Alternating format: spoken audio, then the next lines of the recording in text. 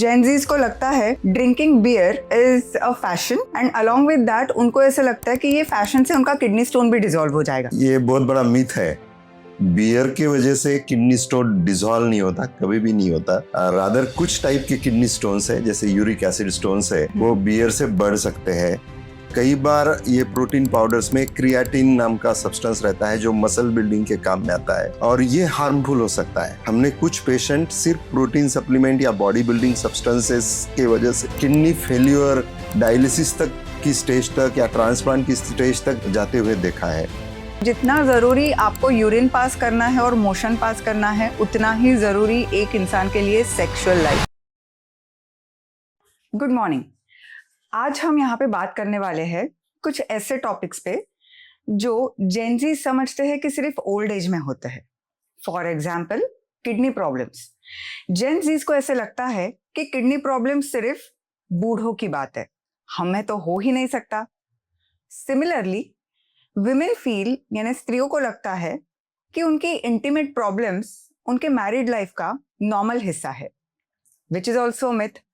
तो आज हम इन्हीं दो टॉपिक्स पे मिथ बस्टिंग करेंगे। Well known nephrologist and consultant at Medicover hospital doctor Sachin Soni sir. I welcome doctor Sachin Soni sir to our podcast at Paraela for her. Hello sir. Thank you Anand, thank you for making me part of your podcast. Okay, तो sir आजकल Gen Zs को लगता है drinking beer is a fashion and along with that उनको ऐसा लगता है कि ये फैशन से उनका किडनी स्टोन भी डिसॉल्व हो जाएगा। तो इसमें क्या एक्चुअली साइंटिफिक बेसिस है? ये बहुत बड़ा मिथ है। एक्चुअली बियर एक डायूरिटिक यानी डायूरिटिक ऐसे सब्सटेंस होते हैं जो यूरिन बढ़ाते हैं। बियर में 95-96% पानी होता है। अगर हम ज्यादा पानी पी ले तो हमारा यूरिन बढ़ सकता है, वही इफेक्ट बियर का है। बियर की वजह से किडनी स्टोन डिसॉल्व नहीं होता, कभी भी नहीं होता। रादर कुछ टाइप के किडनी स्टोन्स है, जैसे यूरिक एसिड स्टोन्स है, वो बियर से बढ़ सकते हैं। Okay. और इनडायरेक्ट इफेक्ट भी ऐसा है कि कई बार ये बियर के साथ नॉनवेज का कंजम्पशन होता है, उससे भी स्टोन्स बढ़ने का खतरा ज्यादा होता है। तो बियर पीने से स्टोन डिसॉल्व हो जाएगा, ये मिथ है। हाँ, यूरिन बढ़ने की वजह से यानी डायूरिटिक इफेक्ट की वजह से कभी कभी छोटा स्टोन पास हो सकता है, उसके लिए लेकिन बियर की भी जरूरत नहीं है, नॉर्मल पानी से भी हो सकता है। So in all beer is not a medicine, it is actually a dehydrating agent बोल सकते हैं उसे। डायूरिसिस की वजह से डिहाइड्रेशन हो सकता है। डिहाइड्रेशन के और भी कुछ रिस्क है, जैसे डिहाइड्रेशन से अगर ऑलरेडी किडनी प्रॉब्लम है तो बढ़ने का रिस्क रहता है। डिहाइड्रेशन से यूरिन इन्फेक्शन बढ़ने का रिस्क रहता है और dehydration by itself stone formation का रिस्क बढ़ा सकता है। So beer is not at all going to help to pass the stone off. Surely, यानी ये सही में एक बड़ा मिथ है। सर आजकल बहुत सारे यंगस्टर्स जिम जाना प्रेफर करते हैं और जिम में बहुत सारे एनर्जी ड्रिंक्स और प्रोटीन सप्लीमेंट्स का कंजम्पशन बहुत ज़्यादा होता है। जिम ट्रेनर्स भी इस चीज़ों को बहुत ज़्यादा प्रमोट करते हैं। तो regarding energy drinks and protein supplements आपका क्या आउटलुक है for kidney health? Protein supplements in moderate amount can be good, they can help in body building. पर कई सारे हम जो बॉडी बिल्डिंग के फैनेटिक होते हैं, हम देखते हैं कि एक्सेसिव अमाउंट में कंज्यूम किया जाता है। जैसे एक नॉर्मल बॉडी के लिए 1 ग्राम या 1.2 ग्राम पर KG body weight protein acceptable होता है, पर जो लोग बॉडी बिल्डिंग के फेज में होते हैं वो 2 ग्राम 2.5 ग्राम तक लेते हैं। कई बार ये प्रोटीन पाउडर्स में क्रिएटिन नाम का सब्सटेंस रहता है जो मसल बिल्डिंग के काम में आता है और ये हार्मफुल हो सकता है। हमने कुछ पेशेंट सिर्फ प्रोटीन सप्लीमेंट या बॉडी बिल्डिंग सब्सटेंसेस के वजह से किडनी फेल्यूर, डायलिसिस तक की स्टेज तक या ट्रांसप्लांट की स्टेज तक जाते हुए देखा है।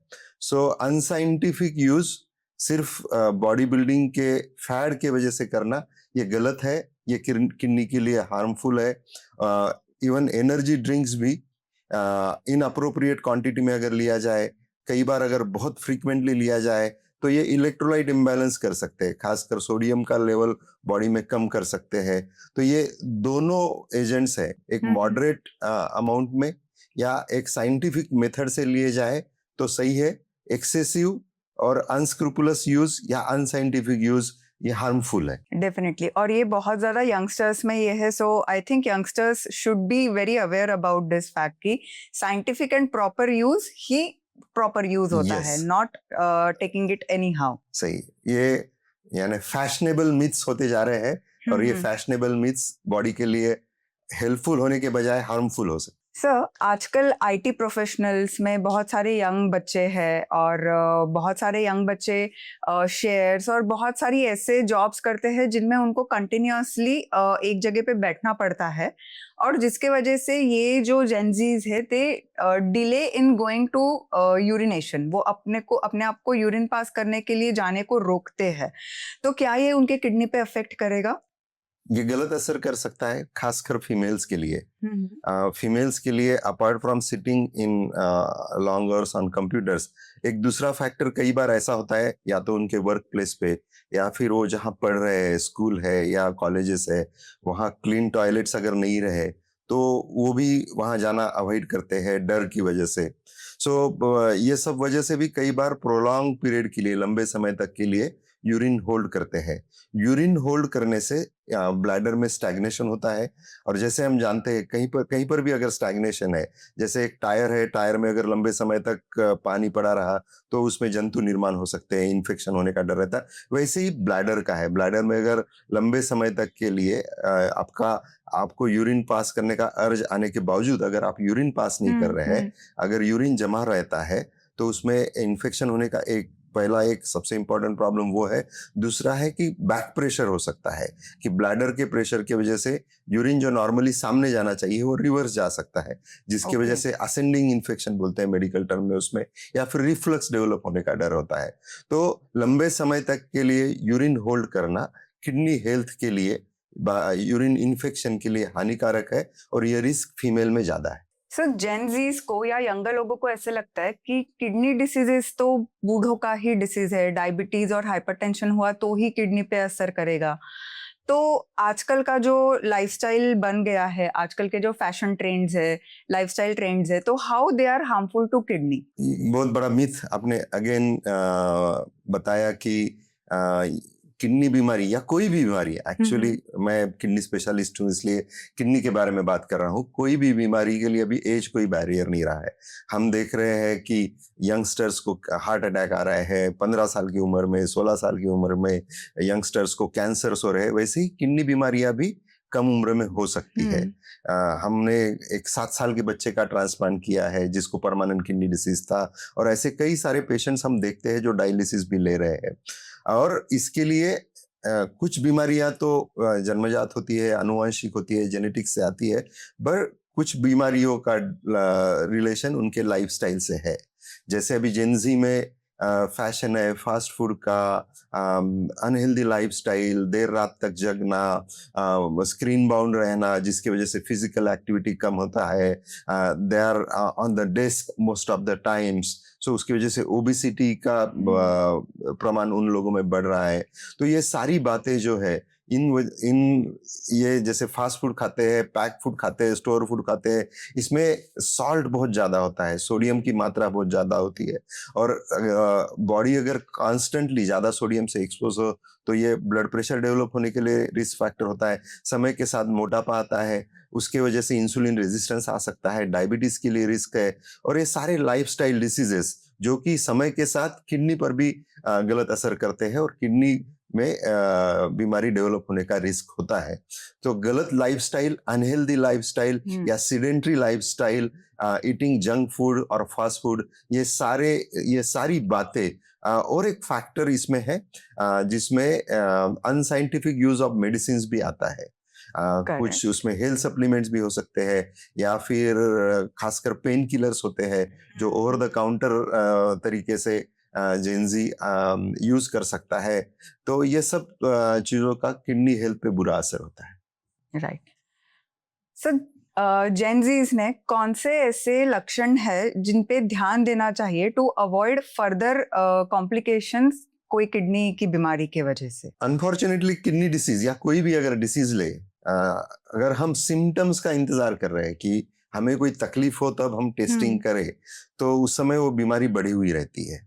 सो अगर हमें पता करना है कि हमें कुछ प्रॉब्लम है क्या, उसका बेस्ट तरीका होता है कि खुद होके स्क्रीनिंग कराए। अगर हम हेल्दी है, हमें कोई किडनी बीमारी पता नहीं है, लेकिन हमें पता करना है कि हमें किडनी बीमारी है या नहीं, उसके लिए 3 सिंपल टेस्ट है। एक तो सोनोग्राफी, सीरम क्रिएटिनिन और यूरिन रूटीन। ये तीनों टेस्ट हर जगह इजीली अवेलेबल है, इसके पीछे ज़्यादा एक्सपेंडिचर नहीं है, और ये तीनों रिपोर्ट अगर तुम्हारे नॉर्मल है तो 99% हम गारंटी से बता सकते हैं कि आपको किडनी बीमारी नहीं है। तो फर्स्ट पार्ट तो उसमें स्क्रीनिंग का है। दूसरा पार्ट है, जैसे हम इसके पहले भी बोल चुके हैं कि adopt healthy lifestyle so that you don't develop kidney disease. उसमें एक इंपॉर्टेंट फैक्टर है कि वाटर इनटेक का। नॉर्मली ऐसा बोला जाता है कि 8 to 10 glass of water intake हमने रखना चाहिए। कुछ लोग ज्यादा पानी पीते हैं, वो भी किडनी हेल्थ के लिए अच्छा नहीं है। कुछ लोग कम पानी पीते हैं, वो भी किडनी हेल्थ के लिए अच्छा नहीं है। सो एक 2 से 3 लीटर नॉर्मल वाटर इनटेक रहना चाहिए। जैसे हमने ड्रिंक्स, बेवरेजेस, स्मोकिंग, ये सब बारे में बात की, तो ये सब हमने अवॉइड करना चाहिए। इसका भी निगेटिव इम्पैक्ट किडनी हेल्थ पे होता है। और अगर आपको किडनी डिसीज डिटेक्ट होता है तो उसका साइंटिफिक इलाज लेना ज़्यादा महत्वपूर्ण है, क्योंकि अर्ली स्टेज में अगर आपका डिसीज डिटेक्ट होता है तो ये किडनी बीमारियां पूरी तरह दुरुस्त हो सकती है। उसके कॉन्ट्रारी अगर किडनी बीमारियां लेट पता चलती है तो फिर कई बार उसमें कोई रिजल्ट नहीं मिलता है और पेशेंट को फिर डायलिसिस, ट्रांसप्लांट, इस प्रकार के उपचार की जरूरत पड़ती है। सर, जेन ज़ीज या यंग जनरेशन में कौन सी टाइप की किडनी बीमारियां ज्यादा कॉमन है? ये इन लोगों में यानी एक स्पेक्ट्रम ऑफ किडनी बीमारियां है। कुछ बीमारियां तो जैसे हम पहले बात कर चुके, हेरिडिटरी या आनुवंशिक तरीके से आती है, जिसमें शायद उनका कोई फॉल्ट नहीं है। कुछ बीमारियां ऐसी होती है जो बॉडी अंदर से इम्यून रिस्पॉन्स माउंट करके, नॉर्मली इम्यूनिटी का काम होता है कि हमारे बॉडी को प्रोटेक्ट करना, पर कभी कभी हमारे वो इम्यून सेल्स का दिमाग खराब हो जाता है और अपने बॉडी पार्ट्स को, किडनी को अपना दुश्मन समझते हैं और उस पर अटैक करते हैं। तो उससे कुछ बीमारियां डेवलप होती है जिसको हम ब्रॉडली ग्लोमेरुलोनेफ्राइटिस बोलते हैं। सो ग्लोमेरुलोनेफ्राइटिस ये बीमारियों का प्रकार है जो इंटरनल बॉडी का अपने किडनी के खिलाफ रिएक्शन, ऐसा एक सिंपल तरीके से हम बोल सकते हैं। उसके अलावा किडनी स्टोन्स है, यूरिन इन्फेक्शन की वजह से बीमारियां हो सकती है। जैसे हमने बात की है कि अनहेल्दी सप्लीमेंट्स, जिसमें ओवर द काउंटर मेडिसिन है या एक्सेसिवली हाई प्रोटीन इनटेक है, अनसाइंटिफिक मेडिकेशंस है, कुछ बैड हैबिट्स है, जिससे भी किडनी बीमारियां हो सकती है। और इनडायरेक्टली किसी को अगर ब्लड प्रेशर हो गया, डायबिटीज हो गया, उसका भी गलत असर किडनी पे हो सकता है। सो किडनी बीमारी का स्पेक्ट्रम इवन यंग लोगों में भी काफी बड़ा है, और हमारे प्रैक्टिस में हम इंक्रीजिंगली यंग लोग देख रहे हैं जिनको किडनी बीमारियां हो रही है, जिनको ट्रीटमेंट चल रहा है। कई बार ये जल्दी डिटेक्ट नहीं होती है। एक कॉमन सिम्टम किडनी बीमारी का ये होता है कि खाना नहीं जाना या नौशिया, वोमिटिंग होना। कई बार पेशेंट इसको एसिडिटी का प्रॉब्लम समझते हैं, एक 6-6, 8-8 महीने एसिडिटी के नाम पे ट्रीटमेंट लेते हैं। जब बीमारी काफी बढ़ जाती है तब पता चलता है कि किडनी बीमारी है। Yes. So sir, it was a very enlightening, बहुत ही ज़्यादा Gen Zs के लिए ये useful question answer session हुआ है with Dr. Sachin Soni sir. So now let's turn towards little bit on the another topic, that is women's intimate health, which most of the women feel कि it is a normal part of life. आप doctor Renuka, आप intimate health और reconstructive gynaecological health के area में काम करते हो। कई बार हम देखते हैं कि वुमेन खासकर इंटीमेट हेल्थ रिलेटेड इश्यूज से स्ट्रगल करते हैं, और बिकॉज ऑफ सोशल टैबू या उनके मेंटल ब्लॉक जो है, उस वजह से ये बातें डिस्कस नहीं होती है, एंड उसके सॉल्यूशन भी नहीं मिलते हैं। ये अपने आप ही कुछ दिल से सॉल्यूशंस निकालते हैं और करेक्ट ट्रीटमेंट नहीं लेते। आपका ये कई सालों का इस फील्ड में अनुभव है, इसके बारे में आप क्या कहना चाहते हैं? और अर्ली कन्वर्सेशन जिसको बोलते हैं कि हमने ओपन अप होना और करेक्ट डॉक्टर के पास पहुंच के उसके बारे में बात करना, ये कितना जरूरी है? सही में एक्चुअली अपने यहाँ पे सोसाइटियल टैबूज के वजह से, डर की वजह से ना बहुत सारी महिलाएं अपने उनको लैंगिक कुछ समस्या है ये बोल ही नहीं पाती है। अगर हम ओवरऑल रेशो देखें तो अगर हम हमारी ही सिटी का देखें तो जितने भी सेक्सोलॉजिस्ट के क्लिनिक्स है वहाँ पे 99% तो मेल पार्टनर ही जा रहे हैं। तो if sex is between two individuals तो क्या सिर्फ एक को ही तकलीफ होगी? It has to be a couple activity, तो दोनों में से किसी भी को तकलीफ हो सकती है। और मोस्टली बिकॉज ऑफ फियर और बिकॉज ऑफ जजमेंट कि मेरे बारे में लोग क्या सोचेंगे, इस डर से ही फीमेल्स बाहर ओपनली नहीं निकलती है उनकी लैंगिक समस्याओं के लिए। अभी जैसे सर आप किडनी डिसीजेस पे काम कर रहे हो तो टॉकिंग वेरी क्लोजली, अगर किडनी पेशेंट्स है, अगर कोई फीमेल है जिसको डायबिटीज है बहुत साल से और अभी उसको किडनी की तकलीफ चालू हुई है, तो आपको वो बोल रही है कि सर मुझे यूरिन के लिए बार बार जाना पड़ रहा है, which is a common symptom in diabetes. आपको शायद वो बोलती भी होगी कि सर मुझे खांसते हुए वजन उठाने पे कभी कभी यूरिन लीक हो जाता है, क्या ये भी मेरे किडनी डिसीज से रिलेटेड है? तो शायद ये जो क्यूज है जो पेशेंट्स आपको दे रहे हैं, तो आप इसको इस तरीके से भी ये कर सकते हो कि these are some gynaecological related problems also. Diabetes तो एक या किडनी डिसीज तो इसमें एक फैक्टर है, बट एक इवैल्यूएशन आप वहां से भी करवा लीजिए। तो इसमें ये होगा कि when a sexologist and a gynaecologist will look that patient from that particular angle, और अगर वहां पे उसके पेल्विक फ्लोर में यानी उसके ब्लैडर में या योनि मार्ग में कुछ तकलीफ दिख रही है तो वो वहीं पे करेक्ट हो जाएगी और she will get double benefit कि उसका किडनी का भी प्रॉब्लम सॉल्व हो रहा है प्लस उसका गायनेकोलॉजिकल प्रॉब्लम भी सॉल्व होते जाएगा। तो mostly loss of desire which is very common in patients of kidney diseases because of जो बॉडी में बहुत सारे मेटाबॉलिक चेंजेस होते हैं किडनी के डिसीज के वजह से, उससे डिजायर लॉस होना बहुत संभव है। उसके बाद में काफ़ी जो पेशेंट्स रहते हैं जो आपके किडनी एज ग्रुप में आ रहे हैं, मोस्टली अबाउट 35, तो they are facing the problem of premature menopause also along with the metabolic changes that are going on in the body. तो उनको वजाइनल ड्राइनेस होना, that is a very common problem. फिर उसके बाद में vaginal dryness और इच्छा नहीं होने की वजह से, कभी कभी ड्राइनेस की वजह से उनको जब whenever they are indulging into intimacy उनको पेन ज्यादा हो सकता है, और ये सब चीजों की वजह से further avoidance of family life या सेक्सुअल लाइफ में इसका इम्पैक्ट हो सकता है। So every female patient, I know every doctor cannot ask a question to the female regarding her intimate life. तो in that case मैं हमेशा सबको बोलती हूँ कि you can just put up a poster. If you have any intimate concerns, kindly ask, you will get an answer. Right. So हमने अगर उसका conversation judgment free initiate किया तो definitely patients will get benefited out of it and they want to get benefited out of it. Yes.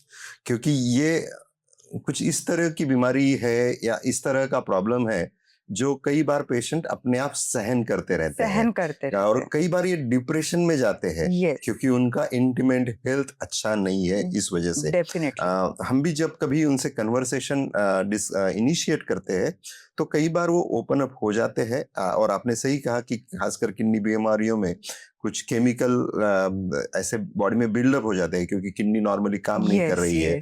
कुछ hormones का level बढ़ जाता है जिसकी वजह से उनके मेंस्ट्रुअल साइकिल्स इरेगुलर हो जाते हैं, या मेडिकल टर्म में जिसे हम लॉस ऑफ लिबिडो कहते हैं, यानी सेक्सुअल डिजायर्स कम हो जाती है। और कई बार उनकी परफॉर्मेंस एबिलिटी भी कम हो जाती है बिकॉज ऑफ वीकनेस होता है, उनके बोन्स कमजोर हो जाते हैं किडनी बीमारियों में, हीमोग्लोबिन कम रहता है। तो ये सारे फैक्टर्स ऐड ऑन होते हैं। उसमें से अगर हम कुछ फैक्टर करेक्ट कर सके आपके जैसे डॉक्टर्स के माध्यम से, जो ये बातें उनसे सही करेक्ट तरीके से डिस्कस कर सके तो डेफिनेटली उनका फायदा होगा। आपने एक बात कही है कि पेशेंट ये सब बातें या खासकर फीमेल्स ये बातें डिस्कस नहीं करना चाहती। मैं तो ये कहता हूँ कई बार शायद डॉक्टर्स भी आप जितने ओपनली डिस्कस करना चाहते हैं वो करते नहीं है और ये प्रॉब्लम साइडलाइन हो जाते हैं and they are not addressed many times. Sir actually scientific study हो चुका है इस पे, आयुगार that is International Association of Urogynecology. उनमें ये फिजिशियंस में डॉक्टर्स में ये सर्वे हो चुका है कि 96 96% of physicians are not comfortable in taking the sexual history. Right तो जब तक we as clinicians ही ये चीज को इतना टैबूड नजरिए से देखेंगे तो how can we help the patients? Yeah. तो सबसे पहले तो doctors should come out of their shame and out of their own thinking कि it is something wrong. Come on, it is scientific. जितना इट जरूरी इज पार्ट ऑफ लाइफ जितना जरूरी आपको यूरिन पास करना है और मोशन पास करना है, उतना ही जरूरी एक इंसान के लिए सेक्सुअल लाइफ है. तो it should be taken and normalize to that extent. Second sir, इसमें क्या होता है, काफी बार जो किडनी डिसीजेस के पेशेंट्स रहते हैं, they are undergoing lot of treatment already with lot of medications, और उनके बॉडी पे बहुत सारा मेडिकेशंस का रोल होता है. So many a times we as a sexologist we can not give them any more drugs, और we may not be able to give them, क्योंकि हार्मोनल ट्रीटमेंट्स अगर इसमें हम देखेंगे या तो फिर कुछ सप्लीमेंट्स हम इसमें देखेंगे तो already kidneys are under load. Hormonal अगर देखेंगे तो हार्मोन का level can reboundly increase and it can have bad effects also. So now in these particular patients, we are specifically trying to give them non-surgical and non-medical options through some modalities which are like laser vaginal rejuvenations है, radio frequency vaginal rejuvenations है, या PRP treatments, that is platelet rich plasma treatments. So ये सब treatment से we can definitely improve their pelvic health, we can definitely improve their vaginal health, we can definitely improve the local blood flow of pelvis and genital organs, and they can have better sexual life without taking any medications, without undergoing any surgical procedure, only on an OPD basis. So ये modalities जो है, these are very suitable for patients like जो kidney diseases से त्रस्त है, या तो फिर जो हार्ट डिसीजेस से त्रस्त है, या तो फिर जिनको कैंसर ट्रीटमेंट्स चालू है, जिनको ऑलरेडी बहुत सारे मेडिकेशंस चालू है, and then they are not fit to take any more medications, और they are not fit to undergo a major surgery. So these are now the new technologies which are available with us. Right. Important thread आपने पकड़ा है कि कुछ इस type के treatment, मैं ये एज आई अंडरस्टैंड आप एक कॉस्मेटिक एंड रिकंस्ट्रक्टिव गायनेकोलॉजी के एरिया में काम करते हैं. सो ये क्या एरिया है, इसमें क्या प्रोसीजर्स है, ये प्रोसीजर्स का एम क्या है, यानी हेल्थ इंप्रूव करना है या कॉस्मेटिकली उनको इंप्रूव करना है, उनका कॉन्फिडेंस इंप्रूव करना है, उनका intimate and sexual health improve करना है, ये क्या डायरेक्शन में लेके जाता है इनको? सबसे पहले मैं सबको यही बोलते रहती हूँ कि गायनेकोलॉजी में कॉस्मेटिक कुछ नहीं रहता है, because a sexual life can not be cosmetic. It is all related to function and aesthesis. You should feel good about yourself. You should have good functions into your intimacy. तो cosmetic procedures जब हम बोलते हैं, हम normally ये normal लोगों को समझने के लिए उसको कॉस्मेटिक बोलते हैं, सो दैट उनको वो रिलेट जल्दी से हो जाए. सो जैसे कि अभी प्रोसीजर्स है लेजर वजाइनल टाइटनिंग का, तो जैसे लेजर या रेडियो फ्रीक्वेंसी वजाइनल टाइटनिंग, ये बहुत सिमिलर साउंड करता है स्किन ट्रीटमेंट से, तो उनको वो लगता है कि this is also that normal कि हम जाके ये करा के ले. तो ये ट्रीटमेंट में क्या होता है, we are improving the collagen synthesis, यानी जो वजाइना का कोलाजन सिंथेसिस है, योनि मार्ग का जो ओवरऑल हेल्थ है, उसको इम्प्रूव करते हैं लेजर नाम की मोडालिटी से, सेम जैसे हम फेस पे करते हैं. सेकेंड ट्रीटमेंट्स रहता है इसमें थ्रेड्स का, जो आजकल रिंकल्स आने के बाद में थ्रेड्स करते हैं. अगर फेस आपका सैगिंग हो रहा है तो आप थ्रेड्स करते हो, डर्मेटोलॉजिस्ट या प्लास्टिक सर्जन ये ट्रीटमेंट्स बहुत ज़्यादा करते हैं. तो अभी रिकंस्ट्रक्टिव गायनेकोलॉजी में थ्रेड्स का यूज़ हम फंक्शनैलिटी इंप्रूव करने के लिए कर रहे हैं, जिसमें सिस्टोसिल, जैसे कि गर्भाशय की पिशवी और सामने पेशाब की थैली, जो तब पेशाब की थैली योनि मार्ग में स्लिप हो जाती है, नीचे गिर जाती है, उसको हम सिस्टोसिल कहते हैं.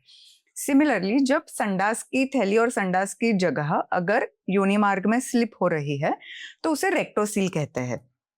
अभी ट्रेडिशनल ट्रीटमेंट्स में वहां पे सर्जिकल करेक्शन के अलावा इनको ऑप्शन नहीं है, बट अभी विथ द न्यूअर मोडालिटीज, जो ये थ्रेड नाम का ट्रीटमेंट है, तो इससे हम जो सिस्टोसिल है, जो पेशाब की थैली योनि मार्ग में स्लिप हुई है, उसको नीचे से सपोर्ट देके हम वो एरिया स्ट्रॉन्ग करने की कोशिश कर रहे हैं, जो ओपीडी प्रोसीजर है, जिसमें हमें एनेस्थीसिया की जरूरत नहीं है, जिसमें कोई पेशेंट को मेजर सर्जिकल प्रोसीजर अंडरवेंट नहीं करना पड़ता है. So these are few revolutionary treatments which are being used for these kind of patients. तो रिकंस्ट्रक्टिव गायनेकोलॉजी में ये सब चीजों का जो है ना, कोई चीज अगर खराब हो जाती है और उसको हमें रिपेयर करना है, तो that is called as reconstruction. तो उसमें जो योनि मार्ग में तकलीफें आ गई है, जैसे कि यूरिन का, ब्लैडर का नीचे आना या रेक्टोसिल का आना, या कभी कभी गर्भाशय भी नीचे स्लिप हो जाता है, तो उसको भी हमें ऊपर लेके जगह पे फिक्स करना पड़ता है. तो ये सब जो रिपेयरिंग वाली सर्जरीज है, इसको मोस्टली रिकंस्ट्रक्टिव सर्जरीज सो बोलते हैं. इनडायरेक्टली आप इनको, इन सब लोगों को एक होलिस्टिक केयर प्रोवाइड कर रहे हैं. Yes, you are having conversation with them. आप उनके इंटीमेट प्रॉब्लम है, इंटीमेट हेल्थ रिलेटेड प्रॉब्लम है, वो समझने का कोशिश कर रहे हैं. जहां जरूरत है वहाँ सर्जिकल, जहां जरूरत है वहाँ नॉन सर्जिकल, जहां जरूरत है सो कॉल्ड कॉस्मेटिक इंटरवेंशंस भी आप कर रहे Yes. हैं. Along with that, sir, we are even giving them a good level of psychosexual support and psychosexual and marital counseling. Right. तो इसमें क्या होता है, काफी बार जो पेशेंट्स है, सपोज अभी हस्बैंड है, he is dealing from a kidney disease और वो परफॉर्म नहीं कर रहा है, तो in that case without disturbing the sexual life, how can he satisfy the female, उसके क्या टेक्निक्स वो यूज कर सकता है, और how can she help him come out of his depression. इसके लिए भी बहुत सारा मैरिटल और साइकोसेक्सुअल काउंसलिंग कपल्स को लगता है, which also we are equipped to give them. अभी तक हमने इंटीमेट हेल्थ और उसके साइकोसोशल एस्पेक्ट, काउंसलिंग, इस बारे में बात की.